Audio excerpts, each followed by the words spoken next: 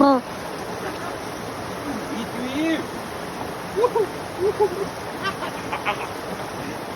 everybody, thanks, welcome to the bush.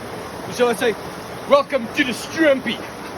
Look how beautiful it is. Guys, it are not so beautiful, okay? Why?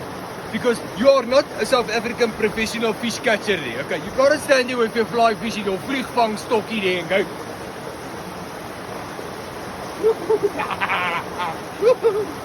Okay, you're going to geval there by the river there. It are bloody dangerous, okay?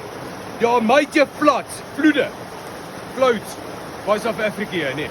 They're opening up the Jean-Claude Van Dammes and the sluice skates to let some of the water free. So you can be standing here just looking at the water here going wee.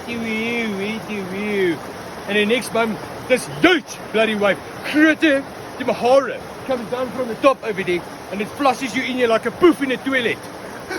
Yeah. You are not a bloody goudvis here, okay? You gotta go. Okay, this is rough stuff here. Don't think you're a Rambo and come here with a canoe here, because you're going to leave bite marks by the clip out at the bottom of the water here, okay? Guys, don't be stupid.